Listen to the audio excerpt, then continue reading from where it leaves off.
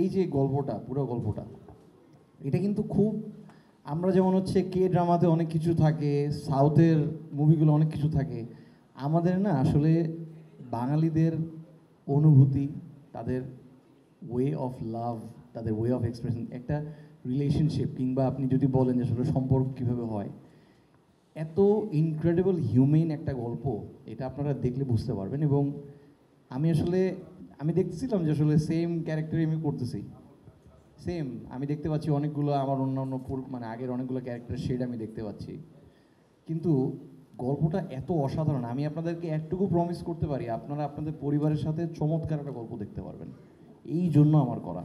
আমাকে সবাই একটা কথা জিজ্ঞেস করতো, অনেকগুলো ইন্টারভিউ বা ইন্টারভিউতে জিজ্ঞেস করতো যে কেন চরকির সাথে এখনও কাজ হচ্ছে না। সো আমি আসলে সবাইকে বলতাম আমি খুব ভালো একটা গল্পের অপেক্ষা করছি। সো আমার মনে হয় আমি সেই সেই ব্যাপার, যেটা আমার যে ক্ষুধাটা ছিল যে এমন একটা গল্প দিয়ে শুরু করব চরকিতে, তেমন একটা গল্প আসলে আমি করতে পেরেছি। সো বাকিটুকু আসলে আপনারা বলবেন আসলে কেমন হয়েছে। কিছুটা প্রস্তাব আসার পরে ইচ্ছা তো ছিলই, ছোট থেকে কিছুটা ছিল, তবে গানের মানুষ গান নিয়ে বেশি থাকতে চেয়েছিলাম। তবে এখন দেখছি এই সাইডেও আমার কিছু ফ্যান বেজ আছে, সবাই পছন্দ করছে, নতুন কাজ করলে দেখতে চাচ্ছে, তো এই জন্যই করা আর কি।